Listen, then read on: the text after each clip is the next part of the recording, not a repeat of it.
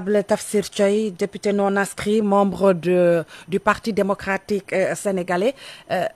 Sànq wax nga ba tudd dialogue, le président de la République dans son face-à-face avec la presse le 4 avril mu ngi tendre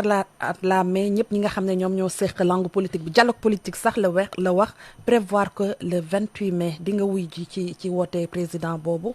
ak lan nga si yóotu ak lan nga si yaakaar. Bon loolu moom. soo bëggee dégg-dëgg man lu ma approuvé la surtout nag li mu bëgg ñu waxtaanee maintenant benn problème laa ci am. muy ban envoyé nañ ma terme de référence yi jot naa ko démb laa ko doog a jot. mais ubbeeguma ko liiraguma ko problème bi ma ci am rek mooy le concept de système politique. système politique du li mu wax keroog de moom Diomaye bi toog télé keroog di wax. ak li mu wax ak système politique bokkuñu de. lan la wax moom. non daf ni le système politique la ñuy waxtaanee. ci biir loolu nee na dañuy waxtaanee encore. élection yi. non waa élection la wax ak parti politique yeeg loolu du système politique de. lan mooy. système politique bi dafa ëmbaale institution yi ëmbaale lépp ëmbaale syndicat yi ëmbaale lépp c'est ça le système politique de manière générale mais boo bëgg bii nag mën na wax le système partisan ou le système des partis politiques loolu mën nañ ko waxtaanee bu fekkee ni parce que man loolu laa gëm ni ñun suñu problème au Sénégal yëpp ci système partisan bi la bu système des partis politiques doxoon tey jii pratiquement li sooxe ci institution yi dafay dañ maintenant comme lii la guma ko dinaa dem pour xool en profondeur lan la wax mais li mu wax ak li ma dégg li ma gis ni moom lañ bind li ma dégg moom parce que dafa wax ni on va dialoguer autour du système politique et dans le même temps il parle de révision de la constitution envoyer le terme il parle de la justice qu'on doit réformer textes yi pare nañ et tout loolu yëpp dafa inclure dans le système politique maintenant boo ko bëggee génne ci système politique ni dañuy waxtaane jàpp naa ni juum na ci concept yi mais nag mënaguma ko confirmer mais j'apprécie juste sur la base de li ma dégg mu wax ak li ñu woote maintenant ak loo ci mën di dégg que ça soit sur le système politique que sur le système des partis politiques man jàpp naa ni lépp baax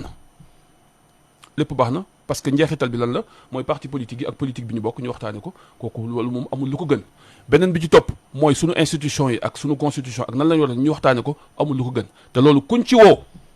woo da nga war a wuy ci foo man di nekk nag ak koo man di doon da nga war a wuy ci lenn rek moo am mooy nañu sincère ci li ñuy def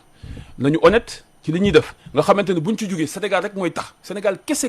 mooy tax ñu def loolu ñuy def parce que loolu buñ ci juboowee ci wàllu politique bi ni muy doxee sunu institution ni ñuy tëddee démocratie bi ni muy doxee liberté yi ni muy doxee droit yi ni muy doxee mais loolu Sénégal normal na finalement on va parler maintenant d'économie on va parler maintenant de développement kenn dootul waxati waxu élection kenn dootul waxati waxu parti kenn dootul waxati parti sax dinañ normal te parti bu ñu normalé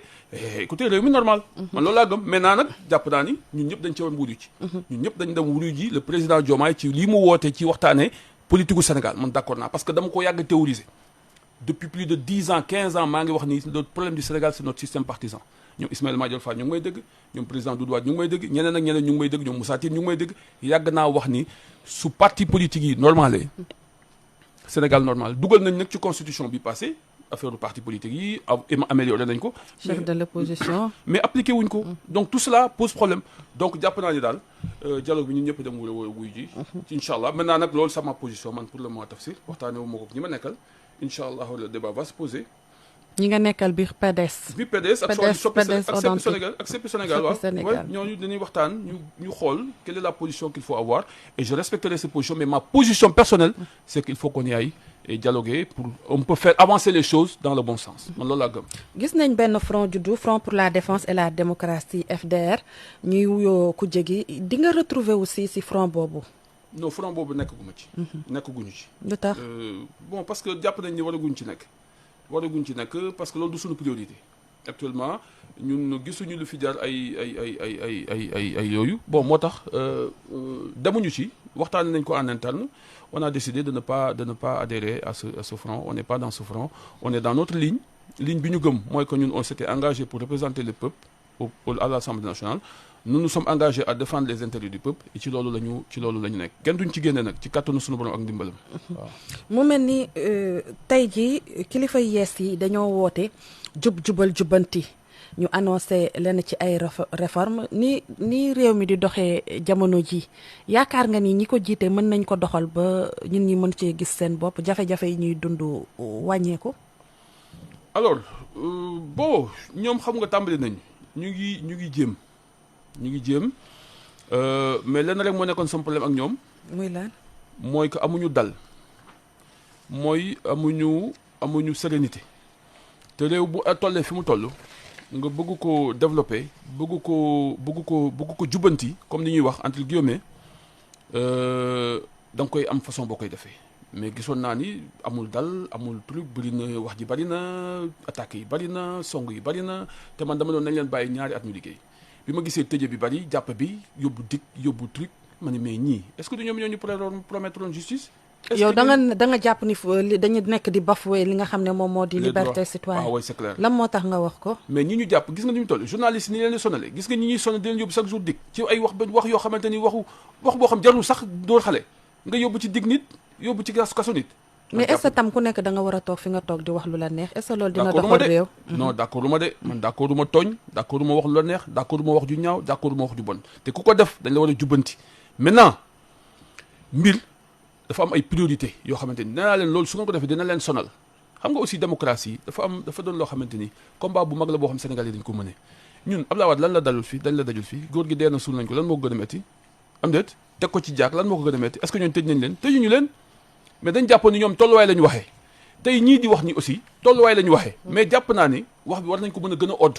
mais tëje bi moom tëje bi ak musulman bi nii moom il faut ñu arrêter ko parce que loolu jàpp naa ni loolu Sénégalais sax dañ ko dul nangu Sénégalais mënuñu xeex fi ñu xeex ba àgg fii nga bëgg di leen noppiloo mënul nekk ñoom bu ñu ko jéemee mooy daanaa leen du ngeen gouverner vous n'allez pas gouverner vous allez passer tout votre temps à régler des problèmes parce que finalement Sénégalais mënoo leen museler beneen bi ci topp mooy que liñ ñu promettre nañ ci nekk buñ ci nekkul nag ñu rappeler leen ko tey ñi boo ñu promettre ni rupture ngay def saaga bon pas saaga mais attaquer institution état bi attaquer gendarmerie attaquer police attaquer justice attaquer ñëpp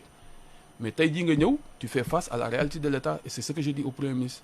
tey tu fais face à la réalité de l'État. réalité pouvoir moo leen dab. ak réalité état continuité état ak réalité pouvoir. yooyu yëpp daf leen dabandoo. léegi nag comme dam na leen man leen moo tax ngeen war a dal su ngeen dalee di ngeen mën gis yoon bi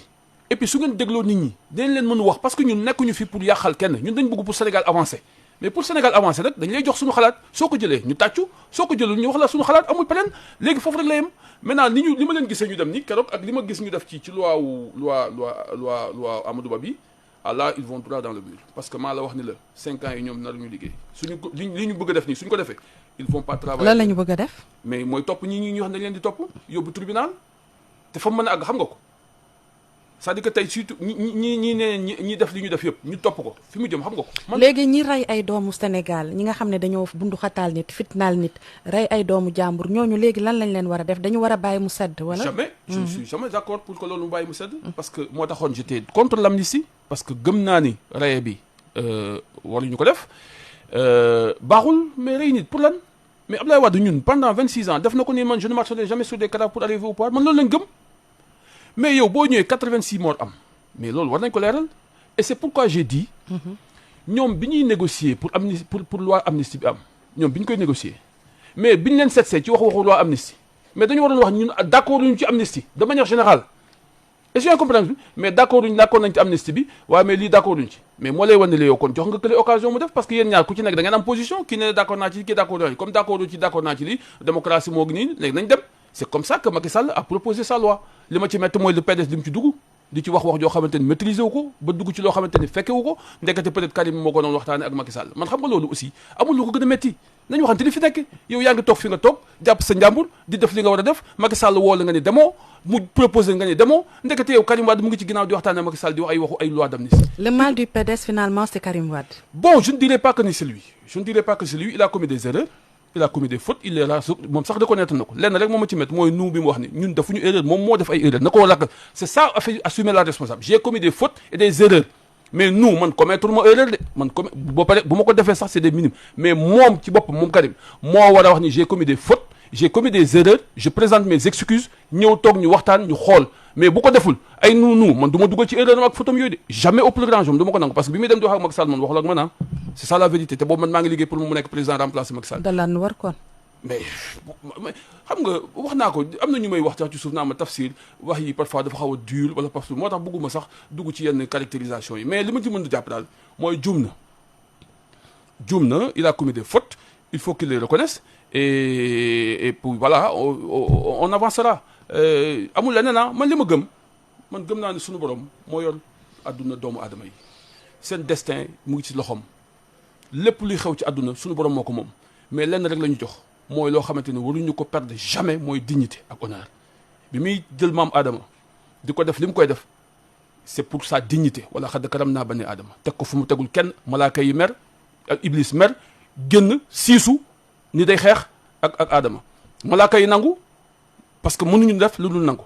waa dignité boobu ñun tey ñu bëgg ko ba fay ñun ñu tax di ko seddaan kooku mooy yëpp suñu borom